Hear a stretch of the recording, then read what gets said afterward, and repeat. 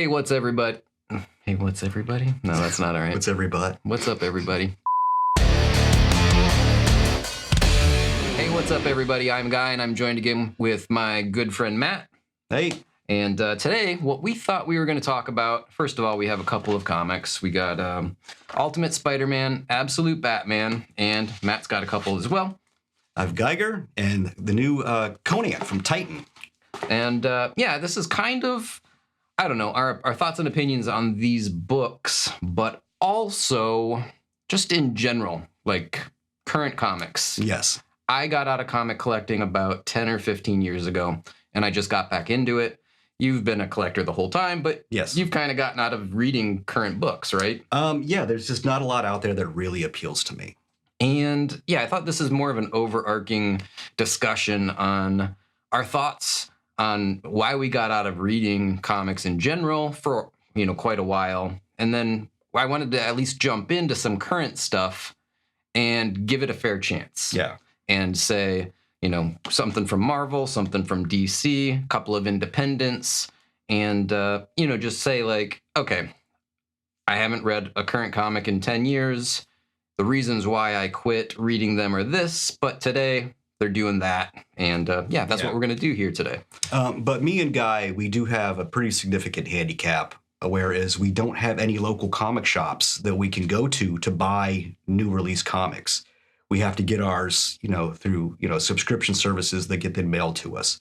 So usually if a new book comes out, we're getting it, a week to 2 weeks later.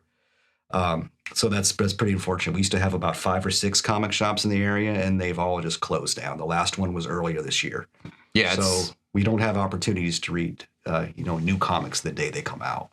I mean, unless you go digital, but I like the paper, the tactile, picking it up. Of course. Yeah. So. And I like going into a shop and that's a good way of getting interest in new books that you otherwise wouldn't. I mean, I remember going into the shop with Bob, and he'd have all his new books on Wednesday would be laid out. Mm-hmm. And I would, hey, you know what? That looks interesting. And I'd look, throw them through the couple of pages, go, okay, wow, this interests me. Go ahead and just throw that on my pile. Yeah, that was a good way to bring in to new readers and introduce me to a lot of books that I probably otherwise wouldn't have bought, because it's really hard to gauge what you're going to like and not like if you're looking, at just the few pictures you see on a website. It's very difficult to figure that out. One of you will win this collection of Wolverine comics when the channel hits 10,000 subscribers. This is the 1982's Wolverine miniseries, issues 1 through 4 from the legendary team of Frank Miller and Chris Claremont. So let's keep it real simple. If you want to win these books, do 2 things. First, be sure to subscribe to the channel, because only subscribers are eligible for this giveaway. Second, when we hit 10,000 subscribers, I will post the giveaway announcement video. You have to see this video to find out who will win, so make sure that you have notifications turned on, because you don't want to miss that. Now let's get back to the discussion. So let's dive into kind of looking at these books, and we read all 4 of them. Mm-hmm. They're obviously trades because we wanted to read more than just 1 or 2 issues. So Volume 1 of Ultimate Spider-Man, Volume 1 of Absolute Batman, Conan and Geiger. Yes, Conan and Geiger, the first arcs. Obviously, some of these have been out for, going on 2 years. So we're only going to be talking about our thoughts and opinions on the, the first story arcs. But I'll kick it off with Ultimate Spider-Man, which was, I think, for both of us, but for me, I'll talk for myself, kind of a disappointment. And this is coming from somebody that really loved the original Ultimate Spider-Man by Brian Michael Bendis. I thought that was phenomenal. But nothing happens in this book at all. It is super boring. They have Spider-Man isn't in 3 of the issues. Yeah, this is this 5 or this is 6, the first 6 issues, and yeah. And I understand, they got to do some world building, but man, there's an entire issue where they're just in a restaurant eating. What? Right. Here's one of the things that I had kind of a huge problem with. And, we're talking about science fiction, fantasy, and it's all make-believe. So when I say huge problem, I'm not losing sleep over it. But, and spoiler alerts, if you haven't read this, if you want to, you should probably, this isn't the video for you, because I'm going to, spill the beans on a lot of stuff. But Spider-Man starts out in this, he's not Spider-Man. He's just Peter Parker. He's a reporter working for the Daily Bugle. Uncle Ben is still alive. He's the editor-in-chief of the Daily Bugle. And J. Jonah Jameson just works there as I don't know what he even does there. They don't really define his job, and then he's nice. Well, yeah, it's not the J. Jonah Jameson. What? Yeah. No. Give me grumpy J. Jonah Jameson. That's the J. Jonah Jameson I like. I want to read about that guy. Yeah, right. Not agreeable Jonah. No. So that whole first issue, no Spider-Man at all, and they're just like lamenting over some sort of terrible event that happened, and you kind of come to find out that Aunt May lost her life in that event. So first of all, it's weird. Aunt May's dead, and Uncle Ben is alive. I mean, what were your thoughts on that? I thought it was really odd that Uncle Ben is not only alive, but he works at the Daily Bugle. I'm not as not as knowledgeable as on my Spider-Man lore as probably you are. But was Uncle Ben ever a reporter? Almost certainly not. I mean, he wasn't even in the comics for more than an issue or two, if I recall, right? Yeah, how did this happen? I don't get it. And again, there's 4 entire pages of Ben and Jonah in a sauna talking about their newspaper they want to start up. Well, you're jumping ahead though. So in this first issue, wow, in the first issue, you find out like, okay, Peter works for them. They're all working at the Daily Bugle. Peter is not Spider-Man. They got 2 kids. Mary Jane and him are married with 2 kids, and there's some like memorial service about to happen that to me had like 9/11 vibes. Like everyone was like going to like do the 9/11 ceremony that everyone does every year in New York, but it wasn't 9/11. It was something to do with Tony Stark causing some sort of catastrophe that killed all kinds of people. I don't know. I'm assuming this is Marvel's way of making you buy their other titles in the Ultimate line so that you know what is going on, which is, I hate that. I hate when they do that. Yeah, it was very disjointed. But at the very end, Peter gets this like magical device. I don't even know what it's supposed to be. And poof, Tony Stark as Iron Man pops out of it as a hologram. And he's like, Peter, you were supposed to be this superhero thing, but something happened and it didn't happen. And you should let this spider bite you and become a superhero. And like, there was no explanation. Like, he didn't know what he was getting into, but he's like, sure, why not? Yeah, why not? I'm bored. Basically, he's bored. Yeah, he was like whining to Mary Jane earlier in the issue that like his life didn't feel complete and this and that. So he says, okay, I've got 2 kids and a wife. I'm going to endanger them and I'm going to become a superhero. Good idea. So then the story progresses, and within like 2 or 3 days, his little like 5-year-old daughter discovers that he's the Spider-Man guy on the news. The guy that's been swinging around town and stuff. And he's like initially just completely black. Right. Yeah. And he's like, I'm going to endanger my children. I'm going to throw her on my back and go swinging around town. It was just very weird and irresponsible. But whatever. So he doesn't tell Mary Jane for like issues and issues of this story arc. And then somehow he winds up becoming friends with Harry Osborn, who's already the Green Goblin. Mm-hmm. No backstory to like Norman Osborn or the Green Goblin or anything at all. They just crowbar that right in there. Yeah, because he like bought out Stark, I guess. Because again, from reading this, you have no idea what else is going on here. Like, what happened to Tony Stark and his company and Stark International or Industries or whatever they're calling it in this. It's incredibly vague. It's pretty hard to follow. And at some points, it's just outright dull. Yeah. Then we come to find out, this is weird. I'm talking about Jonah and Uncle Ben more than Spider-Man in a book that's called Spider-Man. They're in it a lot. But we come to find out, actually, Wilson Fisk, the Kingpin, is the person that's in charge of the Daily Bugle. And Uncle Ben doesn't like the idea of the direction that the Kingpin wants the newspaper to go in, so he retires or quits or whatever. And Jonah leaves, and they're like, we're going to start our own newspaper. And then they go out to dinner and spend an entire issue just sitting at dinner with Harry and Gwen Stacy. Gwen Stacy's still alive, and it's Harry Osborn's girlfriend. And MJ and Gwen Stacy are like networking, and she's getting a job offer, and I'm just like, Gwen Stacy is instantly unlikable as a character. Oh yeah, no, she is like super like uppity and annoying, incredibly annoying. Mm-hmm. And then, don't forget when Spider-Man tells Mary Jane, or Peter tells Mary Jane that he's Spider-Man, because guess what? Yeah, their 5-year-old daughter it slips out of her. Oh, that's right. The daughter. Duh. The daughter spills the beans. Of course, that was gonna happen. And then Mary Jane is just like, oh, it's cool. Okay, she's like, yeah, whatever. Okay, that's cool. Well, I know you've been having some issues or whatever, but yeah, okay, yeah. And this is after he comes home just beat up. I mean, his face is black and blue, you know. Oh yeah, he's been getting into fights with the Shocker, and like he keeps losing because he doesn't know. Like, does he not have? You were saying, like, does he? Does he not have spider sense? Yeah. I mean, because it doesn't show it working, like when he encounters the Shocker, like at all. But then later, there's a fight with the Kingpin. Like, I didn't even understand their plan. What was their plan of him and Green Goblin going into Kingpin's penthouse? I have no idea. What was the plan? I mean, Green Goblin or Harry has been actively trying to kill this guy.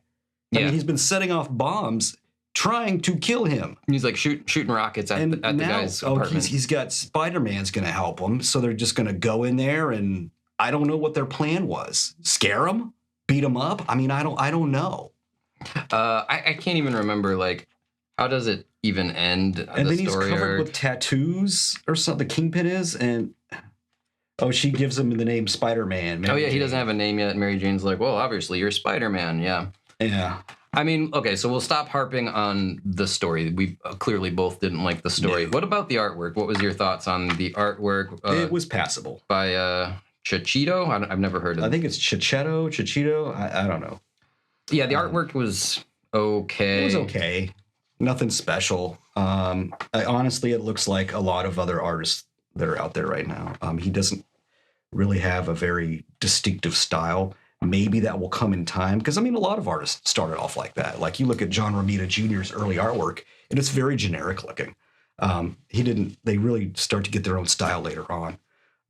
And people like Bill Sankovich, I mean, wow, he was just a really middle of the road, boring artist, and then they let him go crazy, and wow, he turned out some really cool stuff, really cool stylized artwork.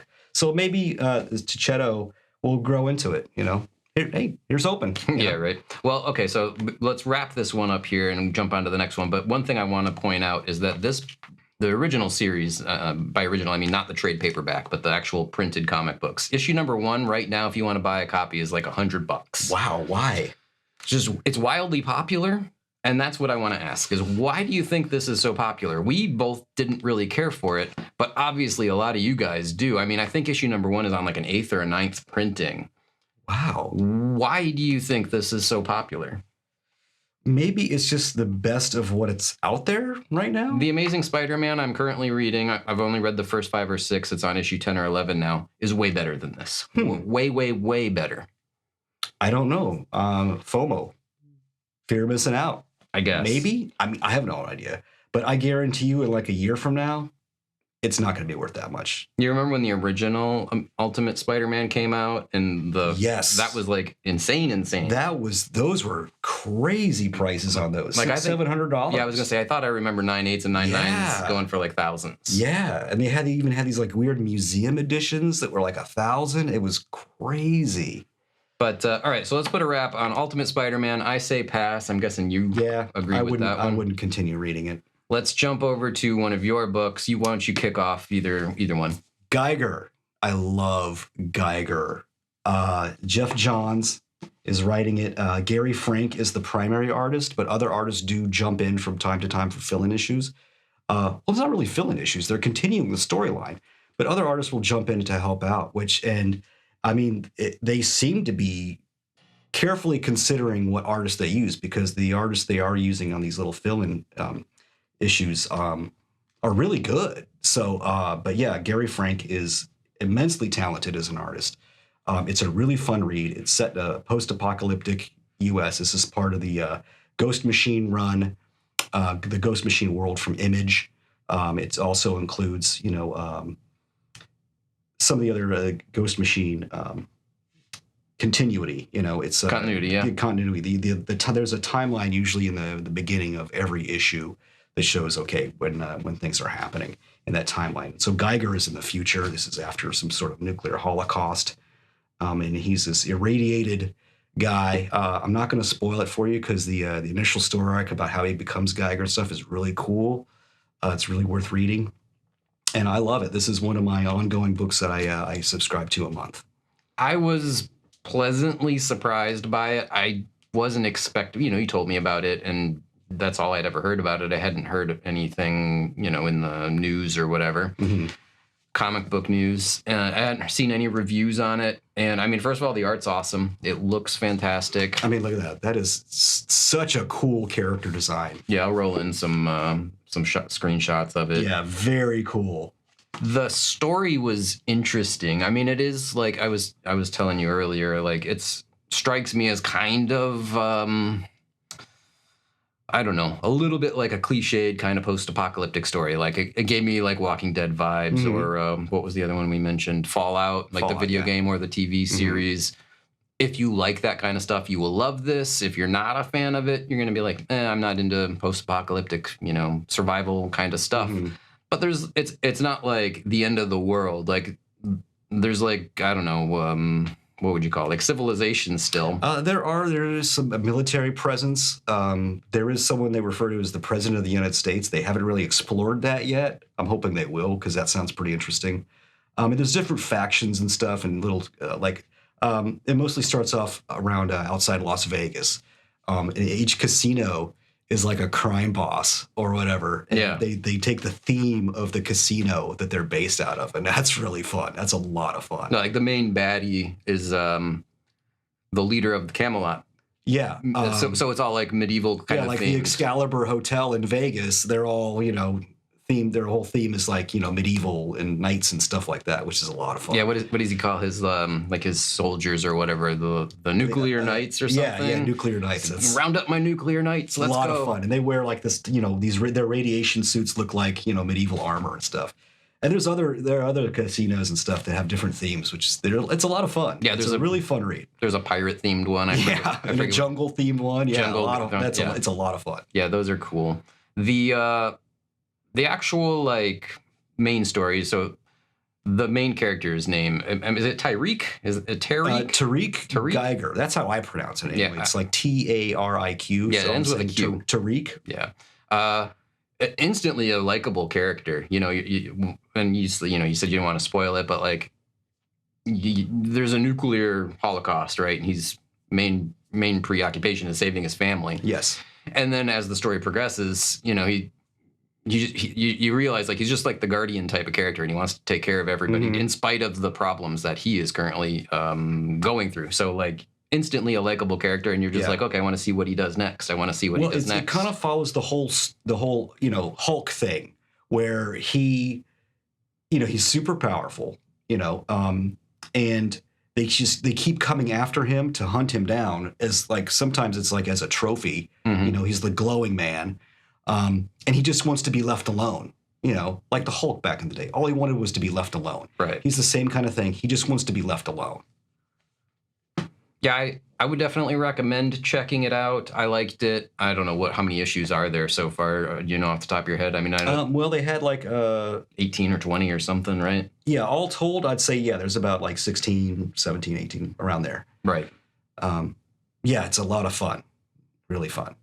All right, well, let's jump into my number 2 over here, Absolute Batman. And similar to the Ultimate Spider-Man, this is like an alternate reality version of Batman, which I've never really seen before. I don't know if this is a new concept for DC, or if this is something that they've been doing over the last like 10 or 15 years, and I just have been out of comics long enough that I missed it. Yeah, I thought this was like an Elseworlds type story, but no, this is like an ongoing series. This one, let's start out with the artwork, because that's probably like one of the weakest links for me. I didn't think it was awesome.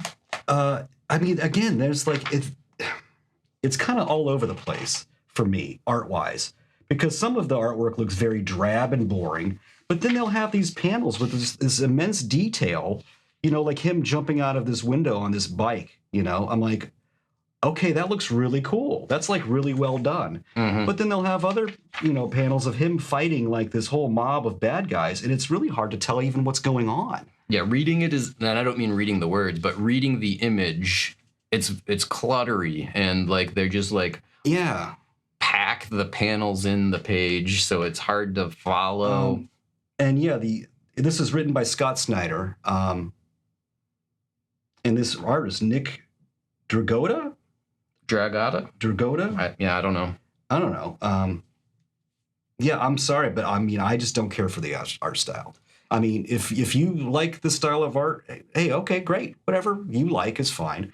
I didn't care for it. I don't think it worked with the storyline or the subject matter at all. Yeah, the art for me was the weakest link. Now the story, again, this is like a reimagining of Batman. So Bruce Wayne isn't a billionaire.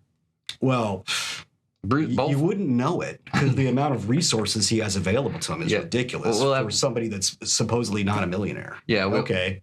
We'll have to jump into that, but his parents, at least both of his parents, aren't dead. His mother is still alive. Yeah. What else is different? None of the villains that you know and love, the Riddler and Two-Face and all of those guys, they're not actually villains probably yet. No, they're like his childhood friends, which I thought that's an interesting twist. I'm like, okay, I'm down with that for sure. Yeah, there's scenes where they're just like hanging out and playing cards. He's got, and it's like the regular, like the Joker isn't one of them. No. It's like, yeah, the Riddler and Killer Croc owns the gym that he likes to go to. Mm-hmm. Two-Face is he's still Harvey like a lawyer. Dent, he works for the DA's office, but they're all like, they make reference to Selina a lot, but you never really see her other than in the flashbacks. In flashbacks when they were children. Yeah, when they were kids. So yeah, a lot of his like lower level rogues were, his standard rogues are like his childhood friends, which I'm like, okay, that's kind of a cool twist. I like that. Now it starts out, Bruce as a school-aged kid wins some sort of like science fair or something. He designs like a bridge or something. I didn't really follow it too well, but he based it on like the design of a bat or something. Yes. And that was like kind of the shocking. Yeah, right.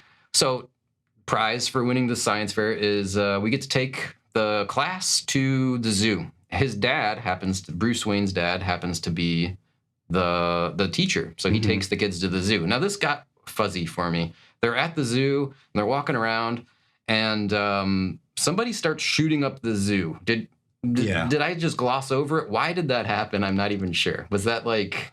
I think they did go into it like in a panel or two, but I forget. Honestly, I forget what the motivation was, why he was shooting up the zoo.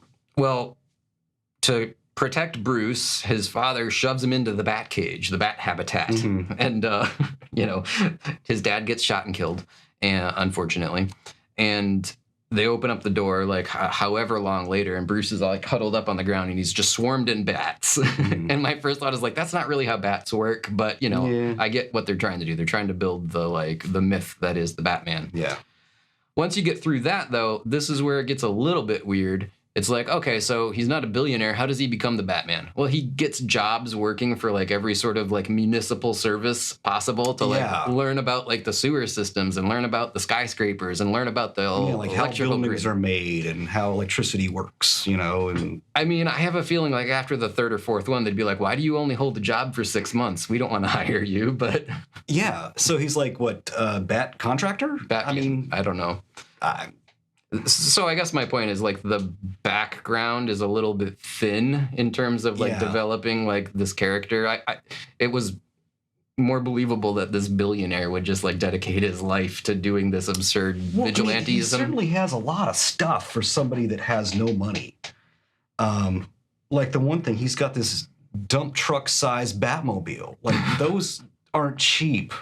And we're not talking about the dump truck that comes and collects your trash every day. We're talking about dump trucks that's the size of like a building that they use to like strip mine and move earth with. Like huge. And that whole, we were talking about it earlier, that whole scene where he's in this building and he goes down like what I'm assuming is an elevator shaft because, again, it was poorly drawn, so it's hard to tell.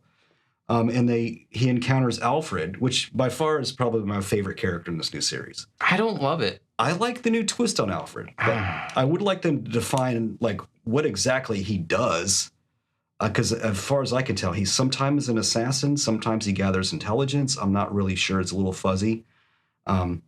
I assumed that Alfred is some sort of British Secret Service secret agent guy. Kind of, yeah. It's vague. And they don't really tell you. It's like, I don't know, CIA version of England or something maybe. So That's an important part of the story, I guess, is like Alfred shows up in Gotham City and he's like, oh, back at Gotham City, it's been so long. But he has no association with Batman, Bruce Wayne, or the Wayne people that we know of. I mean, maybe 10 issues down the line, we're going to find out he was best friends with Bruce's dad's. Who knows? Yeah, I mean, who knows? But anyway, yeah, so Alfred's the CIA, like, special service guy. And there's this one scene that was super difficult for me to read where he confronts Batman and he's got a shotgun pointed at him, and Batman, like, snatches the gun away, flips it around, and then shoots him in the face. Yeah. But at some point in that interaction, somehow disabled the lethality of the gun, which is not, like, a real thing. No, he had taken the gun from Alfred. Uh-huh. And he, like, modified it to shoot, like, little bat-shaped flechettes or something, which I thought, that's stupid. In the face. Like, he took the time to make these little tiny bat shape when you could have just used, like, I don't know, like rubber or something. I don't know. So was this something that he did, like, prior to that scene? Yes. It wasn't like snatch, make the modification, and then shoot? No. Okay. So Alfred he had taken it earlier from him. Okay, so Alfred has been running around and then took the time to modify it to make it non-lethal, to include the little bat-shaped, like, little darts, and then shoots him with it once, and then gives it back to him. What? What is going on here? Now let's talk about, because basically all we've talked about now is like the background for the most part. The villain. So there's this group of like bad guys, a gang or whatever. What did they call them? Like the party animals, I think? Yeah. Which was a dumb name, but they run around and they got these masks on. Yeah. That have like electronics and stuff in it that tell them, hey, go do this. Go here and do this, and you'll get like paid this amount of money into your account. It turns real life into Grand Theft Auto. Yeah, basically, they're getting paid to do these things. But at the behest of this Black Mask or Sionis or whatever he's called. Right. So there's this bad guy, and he's wearing a big giant mask too, which looks vaguely familiar, similar to all of these party animal guys. And he's like meeting with like the commissioner of the police, government officials from Gotham, and they're like, oh, here's this, billionaire with wearing a mask incredibly similar to what the party animals are wearing. But what could go wrong? I'm sure everything's fine. Yeah, he's probably on the up and up. And I didn't love him as a villain. I felt, and it was very wishy-washy. Like you start out like, oh, he's the Black Mask. Oh, he's Steve Sionis or whatever that his name was. I don't remember. And then there was another point in the story where Alfred vaguely mentioned like, I'm tracking this, bad guy dude who said a name. I don't remember it. I think it's actually this guy. So he was like referred to by 3 or 4 different names throughout the course of the book. And it's like, is that like the guy or not the guy? It was a little unclear. Yeah. A kind of wishy-washy. But that aside, it made for an interesting, climax when he was like, okay, Batman's screwing up my plans. I'm going to bribe him. So he calls Batman and he's like, Batman, come meet with me. I'll give you, what was the number, like $5 billion or something? Some crazy amount of money, which Batman takes. Yeah, he takes it and then? But then uses it against him. He lights it on fire. He lights it on fire. Right. And but that like a week later or whatever. Like, why would you give him the money up front? Yeah, he gives him the money, the bad guy, and then Batman's like, cool, I won't interfere with your thing. It was like strictly like a 7-day moratorium on interfering. He says, just go away for 7 days. And Batman's like, okay. And then on day 7, he shows up and he lights the money on fire and it turns into like a bat symbol in the sky. Yeah. And he's like, nope, I can't be bought. I kind of liked it, though. It was like kind of a cool little scene or whatever. Yeah, but then they building up this Sionis character to be like some like psychotic badass. But then when Batman encounters him, he just easily dispatches him. Yeah, with incredible ease. It was fairly anticlimactic. And then at the very, very end, there's like this scene where it's like, oh, I guess this is supposed to be the Joker. This like dude walks up to this guy that kind of resembles the Joker, and he's like, Sionis is done. Like he's like, I'm aware. Get me Bane or whatever.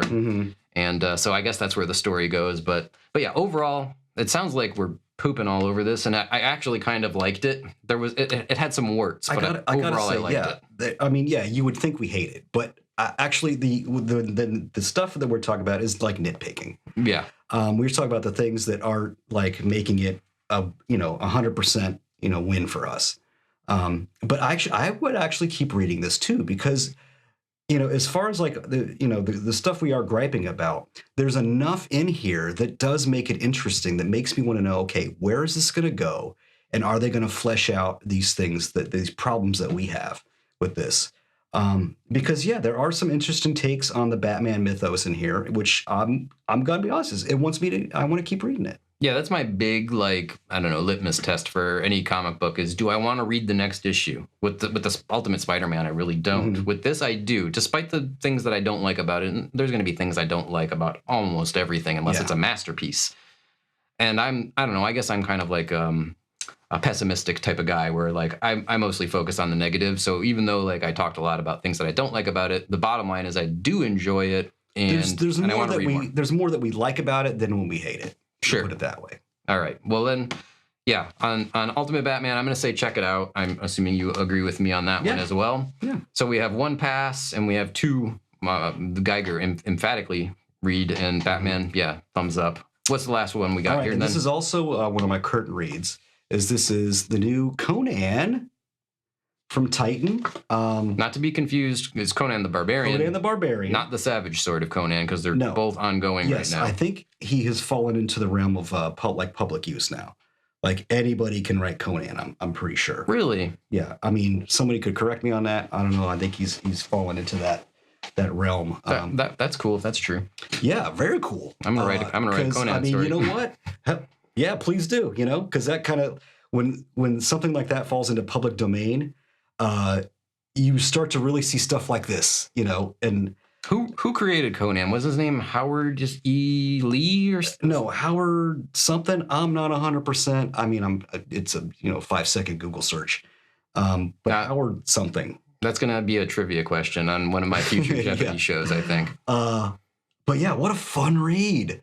It's like, it really reminds me of the old, Savage sort of Conan and Conan Barbarian from back in the day, from like the 70s and 80s, that I would read when I was a kid.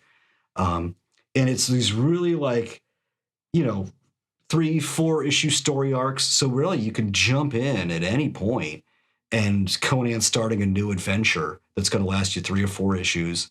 And the artwork, man, they're being really careful choosing their artist, because wow, I mean, this stuff just looks, I mean, it really reminds me of John Buscema's artwork from his Conan back in the day. Yeah, the way we were talking earlier and the way I described it was, it's like classic, and comics in general, but Conan, of course, 70s artwork with like modern production value and refinement. Yes. Coloring and all of that. So it's like not on that like turns yellow pulpy paper. It's a nice bright white paper, and it's like super solid coloring. The artwork is fantastic. But, that's good. The writing by Jim Zub is really good. I mean, really classic. He's got the vibe of the old Conan. Really loving it. But yeah, this is one of my monthly reads. I'm getting this currently now from my subscription service, and I'm loving it. It's really good. Here's the frustrating thing about this, and like all of these, it's trade paperback, right? Which is, these are great if it's like, I want to read something and I only want to spend $9 or whatever. But just kidding, $18. Wow, are prices really this high now? Yeah. But here's the frustrating thing. I'm a like single comics kind of guy. I like having the singles. I like bagging and boarding them. I like putting them in my box and doing the whole like, I can't find these anywhere. Yes. The first 10 or 15 issues, you cannot find them. I got onto this a little late, so I missed the first 5 issues. They are hard to find because the people that have them aren't parting with them. No, it's that good. They are keeping them. It's that good. And plus, I mean, also there's factors like low print runs. But yeah, the people that have these aren't parting with them. They're very hard. The first issues are very hard to find. I mean, you can find them on eBay, sure. But I honestly can't. I've been looking. I can't even find them on eBay. Wow. It's crazy. I've seen a couple of them, but their prices are astronomical. So it's kind of like a wait and see kind of thing. I'll wait, I'll give it some time and wait till the prices come down. But yeah, people that have them they're keeping them. So, I mean, what does that tell you? So story-wise, like you said, they're short little story arcs. They're swords and sorcery, classic medieval fantasy, low fantasy. There's not a ton of like, wizards and fairies and sprites. And if you're into high fantasy, this is not the book for you. But Conan never has been. If you like the old Fire and Ice Frazetta movie, or like the old I don't know, heavy metal movie, stuff like that. It's, gritty, low fantasy kind of sword and sorcery stuff, which is cool. And, the first story arc, basically, Conan's like, oh, I'm going to leave. Is it Chimeria or Cimmeria? I always thought it was Samaria. With a C, I wasn't sure. Yeah. But let's say it's Cimmeria. And if I'm pronouncing it wrong, correct me in the comments. You guys love to do that anyway. But he's like, all right, I'm going to leave Samaria and just going to go adventure. And as he's out somewhere, he becomes a mercenary, and he's like at a bar getting into a brawl with some other people that are like, I don't know, his superiors in the mercenary army or whatever. And then all of a sudden this lady comes riding in, like warrior lady, badass, comes riding into town. Hey, like all hell's about to break loose. And then like this horde of not zombies per se, but like sort of undead monsters just pour into the town, and they fight them all off. And he's like, oh, this is bad. Like, what's going on here? And he's like, I'm going to go back to Samaria and get help from my people. And she's like, it's too late. They're already there. So it turns into like a rescue mission where now he's going to try to find out if the people from, his village where he's from are okay or not. And they're following this zombie horde north, basically. And they lead them as they go through different villages. They kill everyone and then bring all the bodies with them as they're going towards this tower, this black tower or whatever. Yes, very cool. And then they go inside there, and there's like these cultists, and there's like this pool of green water, and they're like throwing these bodies in and stuff. And I won't ruin the whole story for you, but like it was a great little arc. And again, just like super fun traditional sword and sorcery stuff. Yeah. And what I love is Conan loses. He doesn't always win. Yeah. Sometimes he loses, he gets beat, he gets captured, and then he has to use his wits and, his strength and his, his skills to get out of it. So that's another thing that's really cool is he gets in sticky situations like all the time. I thought that was really fun. He's got to like not just rely on his, his sword arm all the time. He has to use his wits as well.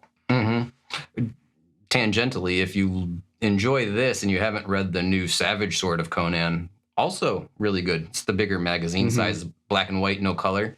But that one, every issue is a separate little adventure. Yes. So that was kind of cool. That's the fun of Conan, And if you get the trade paperback like this, there's a second, in the first volume anyway, a second set of stories about, what's his name? The pilgrim-y looking guy. Yeah, not a huge fan of Solomon Kane. Solomon Kane, yeah. I liked it, actually. I thought that was very cool. It's just not the right aesthetic for me. But, hey, to each his own. For sure. So Conan the Barbarian, I've only read volume 1. I actually have volumes 2, 3, and 4 out on the bookshelf, so I'm planning on reading those. I will probably continue the Batman. Ultimate Spider-Man is dead to me, and Geiger, definitely I'd read more of that. Let's wrap this one up, and I'm going to say, 3 out of 4 ain't bad. I have 3 out of 4 thumbs up. Yeah. I know, that ain't bad. I liked 3 of the 4. That's the bottom line. Yeah. Yeah, there's still some gems out there to find, for sure. All right. Fun stories. Yeah. Let's wrap this one up. I think we're 45 plus minutes into this one. Wow. Not what I expected, but, let us know in the comments. Do you guys, because we were just talking about this, do you guys want longer, more, narrative discussion videos? Or do you just want some like quick hits? You want like 10 and 12 minute long videos where we just like throw out some talking points and then we're done? Or do you want the stream of consciousness just rambling that we are certainly prone to be capable of? Oh, yeah. And if there's any topics you want us to tackle or come back to, let us know. We'll certainly talk about it. All right. Well, that'll do it for today on this one. Don't forget Comic Book Jeopardy. That's been a big hit. So if you guys haven't seen the Comic Book Jeopardy yet, check that out. I'm going to try to put out an episode once per week. I'm going to get Matt to come in and maybe co-host a couple of them so that you don't have to look at my dumb face every single time. But I think overall people have been enjoying them. So, yeah. Yeah, I've been helping out with some of the categories and questions for him. Yeah, they're about to get real hard, and you can thank him for that one. But I have to warn you, I am primarily a Marvel fan. My DC knowledge is very rudimentary, so the stuff I'm going to throw in there about DC, I'm going to try to pepper some in there. But stuff I'm probably going to have to look up myself. All right. Well, that'll do it for today. Thanks again for tuning in. Keep collecting comics, subscribe, and keep watching the channel. And until the next one, bye now. Bye.